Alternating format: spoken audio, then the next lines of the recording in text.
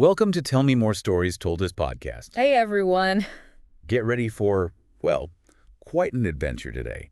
We're diving deep into the absolutely captivating and honestly always surprising story of a true icon. Exactly. We are embarking on a journey really through the multifaceted world of Cher. We've pulled together a whole lot of information covering her just incredible career. And what a story it is. Our mission today is really to unearth those most fascinating moments, the surprising facts, maybe some fresh angles on this legendary figure. And for you, the learner, we want to give you a clear, engaging understanding of Cher's impact. We'll highlight the resilience, the groundbreaking achievements that really define her. Yeah, without getting totally bogged down in like every single detail. Exactly. Okay, let's jump right in. The story begins May 20th, 1946. The birth of Cheryl Sarkeesian. But here's a little twist, like right off the bat. Yeah. Her first name was actually misspelled on her birth certificate. It said Cheryl, C-H-E-R-Y-L, not Sherilyn. Wow, really? Even that small detail feels like a little hint, doesn't it, of the unconventional path she was going to take. It really does. And what's fascinating is how these little things pop up. She even briefly went by Cheryl LaPierre early on. Right. Another sign of a life that wasn't exactly going to follow a straight line, you know? Totally. And before she became the Cher, the one we all know, she was already getting her feet wet in the music industry. Yeah, and this is where it gets really interesting. Huh? She actually worked as a backup singer for the one and only Phil Spector. No way. Can you even imagine being in that studio? Yeah. Contributing to those huge wall of sound recordings? I know. We're talking iconic tracks like You've Lost That Lovin' Feelin' by the Righteous Brothers. A classic. Be My Baby by the Ronettes. Wow. Do you think those early experiences, like under Spector's really intense production style, influenced how she later controlled her own sound? It almost certainly must have, right? I mean, it underscores how foundational those early experiences were. She was soaking up the energy, the techniques of this, like, pivotal figure in pop music, even just being in the background. It's pretty likely those sessions gave her invaluable insights, into recording the power of a really well-crafted song. Yeah, I bet. And speaking of being behind the scenes, her first solo single, Ringo, I Love You, Oh, yeah. released under the name Bonnie Jo Mason. Now, this is where the story takes a really unexpected turn. It's kind of wild. Apparently, radio programmers were often just thrown by her voice. Yeah. That deep contralto. Right, which for people who might not know, a contralto is the lowest female singing voice. Really rich, powerful tone. Exactly. And because of that depth, many programmers actually mistook her voice for a man's. Yeah, which raises some, important questions about perceptions and biases back then in the music industry. Boy. The story goes, a lot of them thought it sounded like a gay man singing a love song to Ringo Starr. Oh, my goodness. And sadly, that led a lot of stations to just reject the song outright. It's a really stark reminder of the kind of challenges artists can face when they just don't fit into neat little boxes. Let's talk about a unique hurdle to overcome right at the start. Right. But clearly, she didn't let that stop her. Not at all. By late 1964, she signs with Imperial Records. Okay. And guess who her producer is? Let me guess. Sonny Bono. You got it, Sonny Bono. And that really marked a significant turning point. So her single Dream Baby came out then as Sherilyn? Yep, Sherilyn. And it actually got some local airplay, in L.A. A small step, but an important one. But the real breakthrough, the one that kind of put her on the map, was 1965, right? Yeah. The cover of Bob Dylan's All I Really Want to Do. That was it. That became her first U.S. top 20 hit and even a U.K. top 10 hit. And get this, there was some friendly competition happening on the charts. Yeah. The Byrds also covered the same song. Yeah, they were both climbing the charts at the same time. But apparently, the Byrds liked Cher's version so much that their record label actually started promoting the B-side of their single instead, because they preferred her take on it. Wow, that's quite an endorsement from your competition, isn't it? It really is. There's a lot about her interpretation and her, emerging vocal presence. Definitely. And that same year, her debut album comes out, fittingly called All I Really Want to Do. A folk pop success. Exactly. So, yeah, from a misspelled birth certificate and navigating some, let's say, bizarre radio misunderstandings, she was already charting a course unlike pretty much anyone else. Absolutely. And that unique path soon intertwined with Sonny Bono in a much deeper way. Right. They met back in November '62. Sonny was working for Phil Spector then. And he was, what, 11 years older? Yeah, 11 years her senior. And initially, believe it or not, Cher actually became his housekeeper. Get out. Really? Yeah, it's one of those details that just underscores the kind of unusual beginnings of their whole personal and professional relationship. Okay, so let's fast forward into the 1970s. This is the decade where Sonny and Cher just became massive household names. Absolutely exploded. On to television with the Sonny Cher Comedy Hour. Huge show. And then her own solo show, Cher. We're talking over 30 million weekly viewers watching them. That's just a staggering number, a massive cultural footprint. It really highlights her incredible charisma, her appeal. It went way beyond just the music by then. Oh, definitely. She became a genuine television personality, a star in her own right on screen. And amidst all that TV craziness, their recording career actually picked up again, had a significant revival between 71 and 73. Yeah, they were putting out records again. But can you even imagine the sheer workload? Cher apparently mentioned recording entire albums in just a few days. Wow. Because she was so incredibly busy touring and filming the Comedy Hour. That level of productivity is just astounding. It really speaks to her dedication, her work ethic, juggling these massive projects at the same time. It makes you wonder about the creative energy she must have had. Seriously. She also put out an all-ballad album, Foxy Lady, in 72. That really showcased how her voice was evolving, right? Showing her range, her depth, moving beyond that early folk pop sound. Exactly. It was fascinating to hear her demonstrate that vocal depth, stepping away from where she started. Then came the solo hits that really cemented her status as this major force in music on her own. Half-Breed. Half-Breed in 73, her third U.S. #1 single. And interestingly, this song was brought to her after she actually went back to her former producer. Oh, right. Shows how sometimes revisiting the past can spark new success. Definitely. And the next year, Dark Lady. Another #1, topped the Billboard Hot 100. Which temporarily, at least, tied her for the most #1 singles by a female solo artist in U.S. history up to that point. Quite a feat. A real testament to her consistent chart-topping power. Absolutely. Yeah. And her 1974 Greatest Hits album just underlined that. She was undeniably a force to be reckoned with in the music world. Yeah, it raises an important point about that transition she was making, doesn't it? Sonny and Cher were still, a thing, but she was clearly establishing herself as a huge solo artist with hit after hit. Okay, so now we're hitting the mid-70s, and Cher's looking for a change, a different direction maybe. Right. In 1975, she signs this massive deal, like $2.5 million with Warner Bros. Records. Wow, that's huge money for back then. And what was the goal? Her aim was clear. She wanted to firmly establish herself as a serious rock artist. It really speaks to her ambition, doesn't it?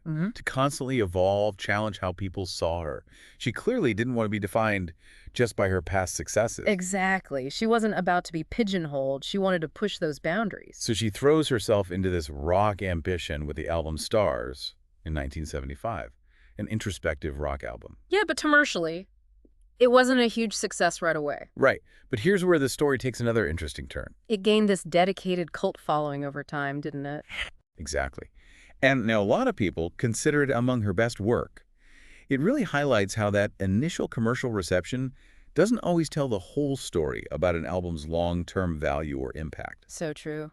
Sometimes it just takes time for audiences or even critics to catch up with where an artist is going. And that same year, 1975, she debuts her solo CBS show, simply called Cher. Right, variety show. Which was praised, for the music, the comedy, and of course, the clothes. Her incredibly elaborate, trend-setting wardrobe. Oh yeah, the costumes were legendary. But apparently the network censors were actually stricter with her on that show as a single woman. Really? Stricter than when she was with Sonny? Yeah, compared to the Sonny and Cher show. Which really underscores the different standards women faced in the public eye back then, even in something seemingly light like a variety show. That's a crucial point. Different rules for single women, even on TV. Then came the duet album To the Hard Way in 1977. With her then-husband, Greg Allman. Right. Under the name Allman and Woman. Kind of a clever name. But the tour supporting it sounds like that was a bit chaotic. A clash of musical worlds. Oh, yeah. What's fascinating there is the clash between their fan bases. You had Cher's more pop-oriented fans. Right. and the Allman Brothers, more southern rock jam band kind of audience. And apparently, fights would just break out constantly at the venues. No way. Yeah, it got so bad they ultimately had to cancel the tour. A real rock and roll casualty of conflicting tastes, I guess. It definitely paints a vivid picture. Wow. Okay, so we're about halfway through this incredible deep dive into the extraordinary journey of Cher. It's been quite a ride already. It really has. And if you're finding these stories as captivating as we are, please make sure to hit that subscribe button for Tell Me More. Yeah, definitely subscribe so you don't miss out on our upcoming explorations into the lives of other fascinating figures. Absolutely, don't miss out. And we'll be right back after a short break to continue charting Cher's remarkable career, moving into the disco era and beyond. Stay with us.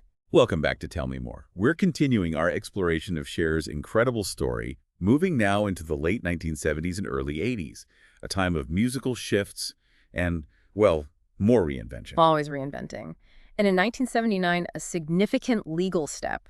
Cher legally adopted her iconic mononym. Just Cher. Just Cher. It really felt like it signified her solidified identity as this singular performer, you know. Totally.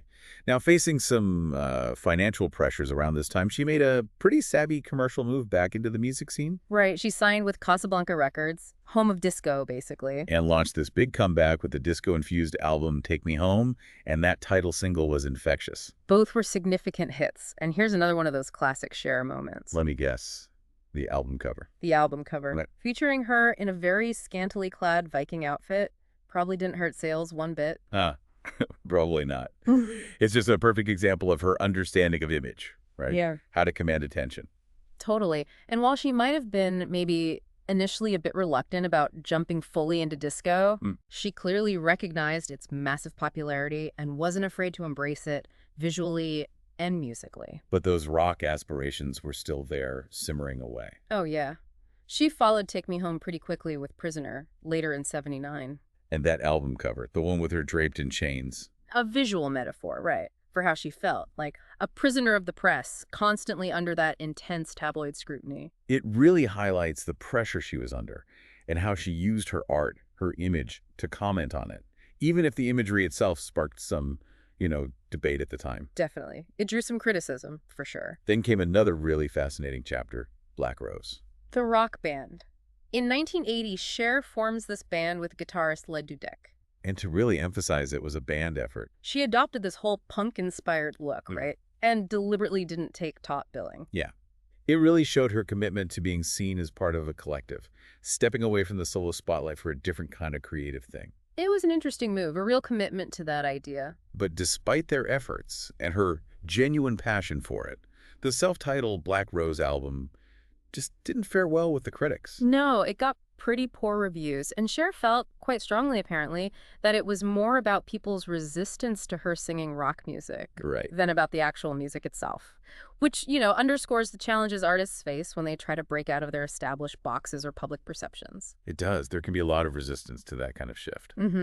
Now, here's a really stark contrast for you. Okay. While Black Rose is struggling to gain traction, Cher is also holding this hugely lucrative residency at Caesar's Palace in Las Vegas. Right. Reportedly earning something like $300,000 a week. A staggering amount. Yeah. It just showcases her amazing ability to navigate these completely different spheres of the entertainment world simultaneously. Yeah, from the gritty, collaborative effort of a rock band to commanding top dollar as this huge solo performer in a major Vegas show. Incredible. It really is. And that successful Vegas residency actually evolved into her first proper solo tour. The Take Me Home tour ran till '82. Yep. And it was described at the time as the biggest cabaret act ever seen on any stage. Wow. Quite a grand description. Speaks to the scale, the spectacle of her performances, even that early in her solo touring career. Definitely setting a high bar. She also had that memorable collaboration with Meat Loaf in 1981. Dead Ringer for Love. Yeah. Became a top 5 hit in the UK. That pairing really highlighted her versatility again, didn't it? Her ability to connect with different artists across genres. Absolutely. A great rock duet. Showcased her versatility perfectly. But the early 80s kind of wrapped up musically with her new wave album, I Paralyze, in 1982. Which, unfortunately, didn't achieve commercial success. Yeah, it seemed like maybe she was still exploring, still searching for that perfect sound after disco faded, but before she fully embraced that big rock sound later on. And that's just a natural part of an artist's journey, isn't it? You experiment, you try things. Sometimes they don't hit commercially, but you're still exploring new creative avenues.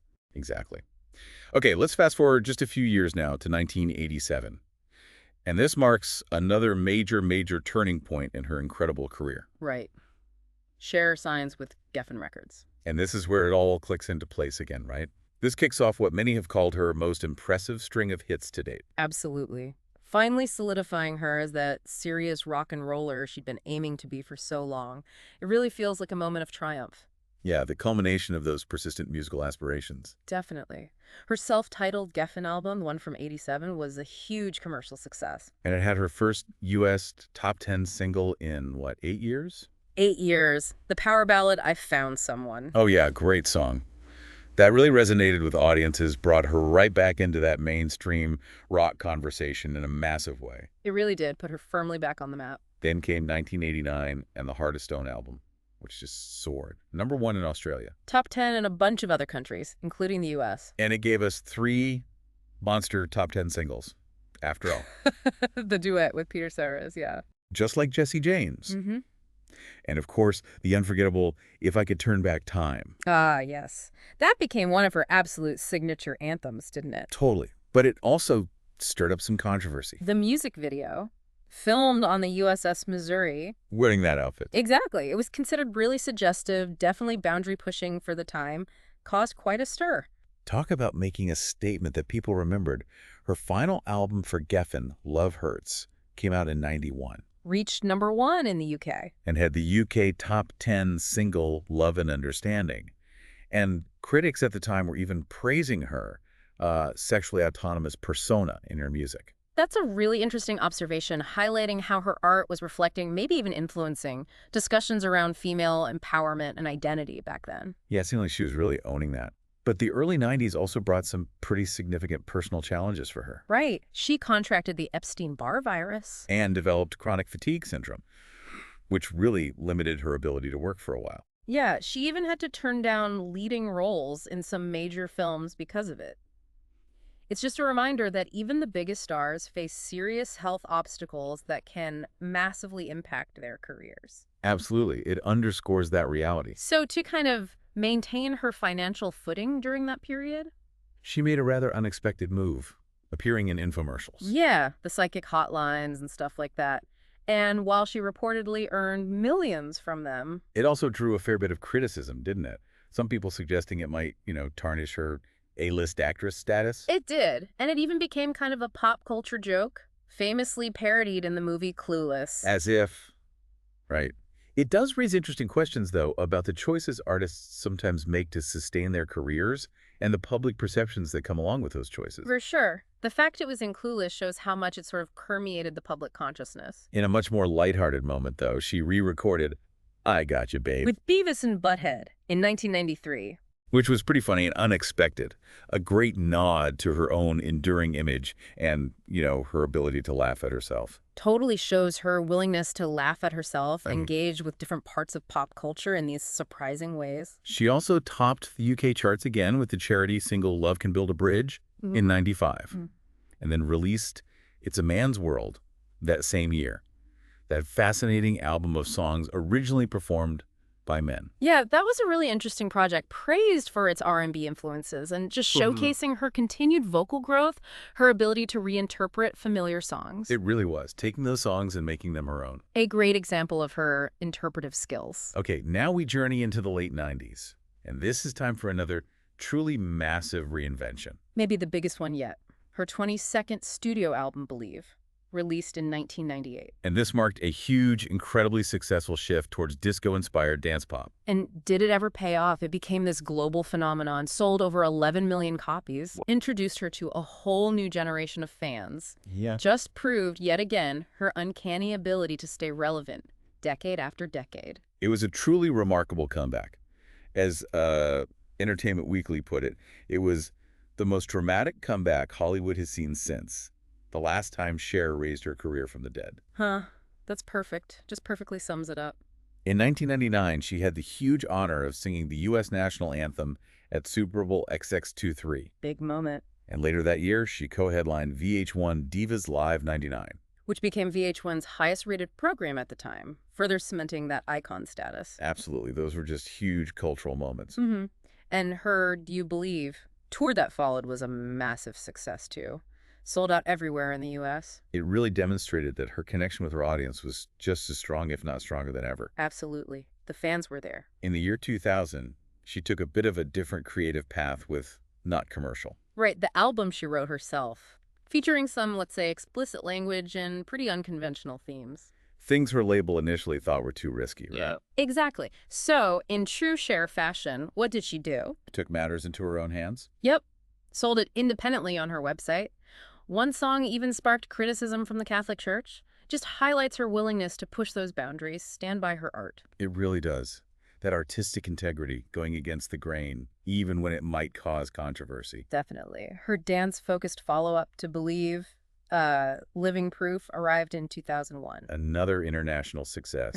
Featured the UK top 10 single, The Music's No Good Without You. And that really deeply resonant Song for the Lonely. Yeah, a moving tribute to New York City right after 9/11. That song in particular really showcased her ability to connect with the national mood, offer some solace through her music. It really did. Such a powerful song for that moment. And in 2002, she was deservedly named Billboard's Top Dance Artist of the Year. And received the Artist Achievement Award.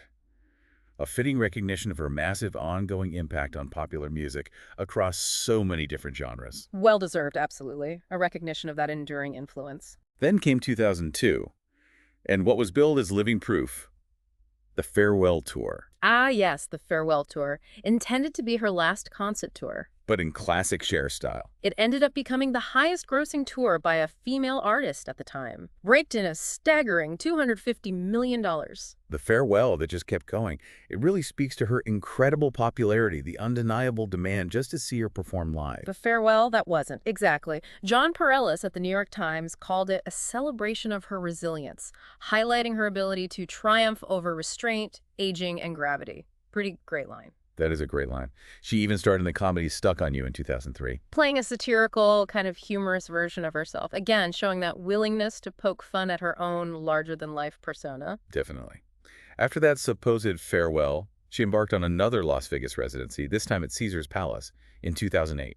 Still captivating audiences. Still packing them in. And then, 2010, she makes this triumphant return to the silver screen in the musical Burlesque. Her first musical film since way back in 1967 with Good Times. Incredible. And her powerful ballad from the soundtrack, You Haven't Seen the Last of Me, Gave her a #1 single on a Billboard chart. get this, in her 6th consecutive decade. 6th. From the 1960s all the way through the 2010s. That is just an absolutely astonishing achievement. Speaks volumes about her longevity, her continued relevance. It's almost unbelievable, a testament to her staying power. Truly remarkable. In 2013, she headlined the Dance on the Pier benefit for LGBTQ Pride Day. Drew the event's first full-capacity crowd in 5 years, underscoring her strong connection with and support for the LGBTQ+ community. Yeah, she's always been a huge ally and icon for the community. Then in 2014, more than a decade after her first farewell tour, Here we go again. she embarked on the Dress to Kill tour, even joking with audiences that, okay, maybe this one might actually be the real goodbye. Her sense of humor about the whole farewell tour thing became this running gag, didn't it? Totally. Now here's a collaboration I bet nobody saw coming. Oh, yeah. She actually worked with the legendary Wu-Tang Clan on their 2015 album, Once Upon a Time in Shaolin, under her old alias, Bonnie Jo Mason. Get out. Bonnie Jo Mason meets the Wu-Tang Clan. Yep. And that album went on to become the most expensive album ever sold as a single copy. Just talk about a testament to the incredible diversity and, frankly, unpredictability of her career. That is wild, an unexpected and totally fascinating collaboration. Further illustrates her willingness to just explore everything. Right. Moving into more recent years, she launched her classic Cher residency in Vegas and D.C. in 2017, still captivating live audiences. Still got it. And she received the prestigious Billboard Icon Award that same year. A truly well-deserved recognition of her monumental, lasting impact on the music industry. No question. Monumental is the right word. In 2018, she headlined the Sydney Gay and Lesbian Mardi Gras, bringing that iconic energy down under. Huge event. And she also starred in the delightful Mamma Mia, here we go again. And sang ABA's Fernando, which ABA themselves apparently declared is Cher's song now. Wow. That's incredibly high praise coming from ABA themselves. Songwriting royalty giving their blessing. It really is. Here we go again. Tour kicked off in 2018 as well. And the jukebox musical, The Cher Show, celebrating her life in music, premiered that year too. Plus, she was recognized with Kennedy Center honors in 2018, a true testament to her cultural significance. Absolutely. And she even launched her genderless fragrance, Cher Eau de Couture, in 2019, just further expanding her creative world. A true cultural force. Music, film, fashion, even fragrance now. Pretty much conquered it all. And finally, in 2024, after, expressing some reservations about it over the years, She was rightfully inducted into the Rock and Roll Hall of Fame. about time. She also shared her life story in her memoir, Cher, the Memoir, Part 1, which shot right onto the New York Times bestseller list, and released the greatest hits album forever to celebrate an incredible 60 years in the music business. Just Yeah. what an unbelievable journey. What an incredible arc. From that initial reluctance about the Hall of Fame to finally accepting this major recognition, capping off 6 decades, 60 years Yeah. of music. Amazing. Throughout this whole remarkable journey, her artistry has just been incredibly diverse, constantly pushing boundaries. Oh, yeah. She's fearlessly explored pretty much every musical style you can think of. And she's instantly recognizable, right? That distinctive, androgynous contralto voice, unmistakable. Absolutely. And her music often delves into these really powerful themes: heartbreak, independence, women's empowerment. Even early in her career, she wasn't afraid to sing about topics that were rarely discussed in pop music back then. Things like divorce, racism. Showing a boldness, a social awareness that felt way ahead of its time. Definitely. And her acting style, consistently described as magnetic, Right. radiating this real honesty, this deep emotionality on screen. She's got that presence. And beyond the music and acting, she's also just a recognized fashion visionary. Oh, undeniably. Consistently influencing countless designers, celebrities for decades. She even holds the distinction, apparently, of being the first woman to expose her navel on television. Wow. A seemingly small act, but quite revolutionary for the time, speaks to that fearless approach to self-expression. Her fashion sense is often described, memorably, as embodying contemporary wretched excess. Huh, that's quite a phrase. She even has 6 tattoos, got her first one way back in 72. Yeah. And she's often viewed them as, a way to challenge norms, create a little shock value. Yeah. And interestingly, she's also considered this significant mainstream translator of the 60s counterculture, bringing some of those rebellious, forward-thinking ideas to a much wider audience. That makes sense. And she really did set the template for generations of female pop artists who came after her, didn't she? With the theatrical presentations, the genre bending. Absolutely. The goddess of pop. She certainly earned that mononym and inspired so many imitators over the years. Her sustained success has been just such a powerful force in challenging traditional gender roles in the entertainment industry, firmly establishing that unique, androgynous musical identity. She's been rightfully hailed as a pioneer of female autonomy in music, and undeniably redefined the roles women could play in TV comedy, too. Many consider her a true feminist hero, and that iconic quote of hers. "Mom, I'm a rich man." Yes. It's become this viral, enduring feminist statement, just perfectly encapsulating her independence, her strength. It really does. And the accolades just keep coming. The Billboard Icon Award, Kennedy Center honors. That star on the Hollywood Walk of Fame, shared with Sonny. Right. And she's also been actively, passionately involved in various important causes throughout her career, championing LGBTQ+ rights, raising crucial awareness for HIV/AIDS. Her impact goes way beyond just the entertainment world. For sure. What an absolutely incredible, adventurous journey it has been. I mean, from that little misspelling on her birth certificate all the way to global superstardom and finally induction into the Rock and Roll Hall of Fame. Yeah. Cher's story is just this powerful testament to resilience And the courage to constantly reinvent oneself. and persistently breaking down boundaries. Her unique ability to navigate and just excel in so many different artistic fields: music, TV, film, fashion, and to consistently connect with audiences across so many different generations. It's truly, truly remarkable. Nothing short of remarkable. We really hope this deep dive into the extraordinary life and career of Cher has provided you, the learner, with some valuable insights, and maybe sparked your own curiosity to delve even deeper into her fascinating world. Yeah. So maybe consider this as we wrap up. You have a career that has not only spanned, but dominated 7 consecutive decades with #1 singles on the Billboard charts. 7 decades. And her recent hard-earned induction into the Rock and Roll Hall of Fame, After initially expressing, strong reservations, what do you think truly defines the enduring power and the timeless appeal of Cher? It's definitely a thought to carry with you. What makes an icon truly last like that? Exactly. Well, thank you so much for joining us on Tell Me More Stories Told Us podcast. Thanks, everyone. We're already looking forward to our next adventurous exploration into another captivating story.